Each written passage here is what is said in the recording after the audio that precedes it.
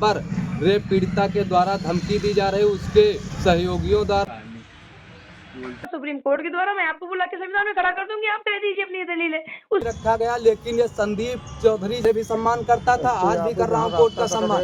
लेकिन शुरुआत SP office है, क्या मामला है? मामला यह है कि तथाकथित जो रेप पीड़िता है माखी उन्नाव कांड की, उसने मैंने एक वीडियो डाला था, विधायक जी को षड्यंत्र के तहत फंसाया गया था। मैं उसका दूर से मामा लगता हूँ, इसी वजह से मुझे सच्चाई पूरी पता थी। मैंने एक वीडियो डाला था फेसबुक पर, किस तरीके से विधायक जी को राजनीतिक दलों के द्वारा, मीडिया ट्रायल के द्वारा और तथाकथित रेप पीड़िता उसके परिवार के द्वारा षड्यंत्र के तहत फंसाया गया।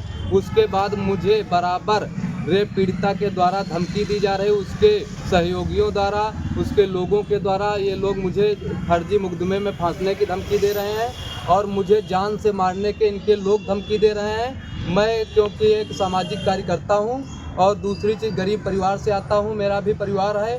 अगर सच की बात उठाना गलत है तो मैं बार बार गलती करता रहूँगा। इसके लिए वो लोग चाहे जितने जो भी कर ले, मेरा मैं पीछे हटने वाला नहीं हूँ। मैंने पहले भी कहा है, विधायक जी को षड्यंत्र के तहत फंसाया गया फर्जी तरीके से, वो मैं आज भी बात कर रहा हूँ, हमेशा कहता रहूँगा। ये कोर्ट के द्वारा दोनों मामलों में फैसला सुनाया जा चुका है, तो फिर आपके ऊपर दबाव क्यों बनाया जा रहा है? कोर्ट के द्वारा फैसला सुनाया गया था, इनका राइट था कि सुप्रीम कोर्ट जाती। इन्होंने सुप्रीम कोर्ट ना जाके इन्होंने कोर्ट पर दबाव बनाना चालू किया, माननीय न्यायालय पर। इंडिया गेट पर जंतर मंतर पर जाकर धरना प्रदर्शन चालू कर दिया, जिसके बाद में हमने एक वीडियो बनाया, पूरी सच्चाई बताई कि किन किन लोगों के हाथ थे विधायक जी को फंसाने के लिए। उन्हीं लोगों के हाथ थे जो लोग विधायक जी के रहते हुए माखी गांव में प्रधानी नहीं जीते, आज ब्लॉक प्रमुखी का चुनाव जीत कर बैठे हुए हैं। कुछ बीजेपी के भी नेता हैं, उनका भी मैं आने वाले समय में नाम लूंगा। एक तो उप मुख्यमंत्री हैं, 2 मुख्यमंत्री हैं, उप मुख्यमंत्री, उनमें से एक उप मुख्यमंत्री हैं जो उत्तर प्रदेश सरकार में, उनका भी विधायक जी को फंसाने में पूरी तरीके से षड्यंत्र में हाथ रहा है। आने वाले समय में मैं उनका भी खुल के नाम लूंगा। कुछ साक्ष्य उनके हमारे पास हैं और बाकी कुछ आ जाएंगे, उसके बाद उनका खुल के मैं नाम लूंगा। इन्हीं लोगों ने इनको सुप्रीम कोर्ट जाना था, लेकिन ये सुप्रीम कोर्ट नहीं गई, क्योंकि हम लोगों को 7.5 साल से कोर्ट पे भरोसा था कि न्याय मिलेगा। इस वजह से हम लोगों ने धरना प्रदर्शन नहीं किया। इनके पक्ष में अगर फैसला है, विधायक जी को अगर सजा हुई तब ये खुश थी। अगर वही कोर्ट ने जमानत दे दी, हाई कोर्ट ने साक्ष्यों सबूतों के तहत, तो इनको दिक्कत हो गई। ये योगिता भयाना जैसे लोगों को, कांग्रेस पार्टी के कुछ लोगों को ले जाकर, ममता जी को लेकर जाकर वहाँ धरना प्रदर्शन करती हैं विधायक जी के खिलाफ। इनको जाना चाहिए था सुप्रीम कोर्ट, लेकिन वो रास्ता नहीं अपनाया क्योंकि कोर्ट पर यह दबाव बना रही थी। इस वजह से तो क्या जो जांच एजेंसियों के द्वारा जो चार्जशीट दाखिल की गई थी, उसके बाद कोर्ट ने फैसला सुनाया था, तो क्या कोर्ट के खिलाफ है फिर आप?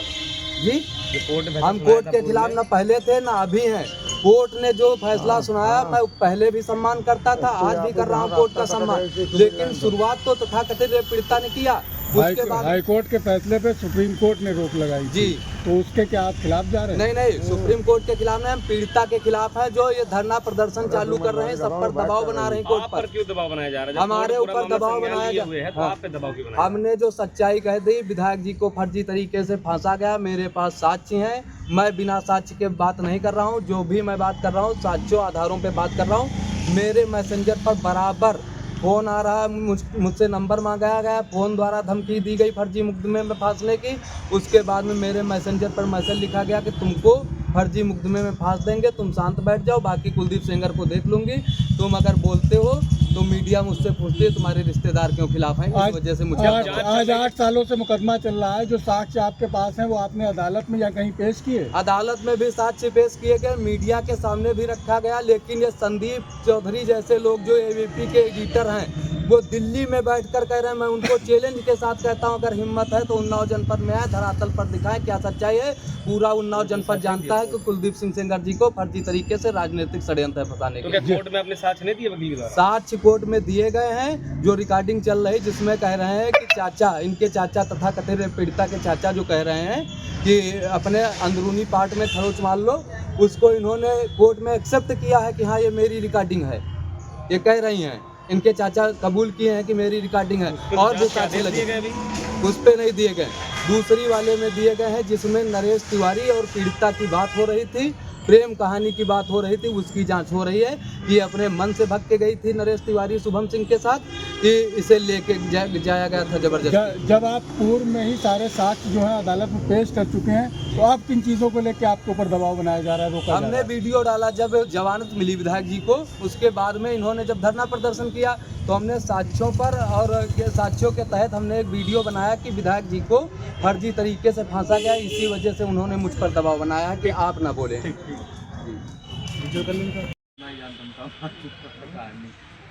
उल्टा छापी रहे हमका ध्यान आ गया और कौन गई तो देने तुमको है जो कानपुर में बैठा थी हैं मेन उनसे उनके आई है कार था ना जज सजा साहब दी ने थी। आप सुनिए, मेरी बात सुनिए, मेरी बात मेरी जज साहब बात ने- एक मिनट सुन लीजिए। जज साहब वो अनपढ़ थे जिसने सजा सुनाई थी, जो जज साहब ने अब सुनाई है वो सुप्रीम कोर्ट के भी जज से ऊपर। मेरा यही जी, कहना जी, दुनिया जी, में। मेरी बात आप सुन लीजिए। जी, उन्होंने पैसे में सजा बहुत सुनाई। ताकत है सुनिए, मामा, पैसे में बहुत राइट- ताकत है।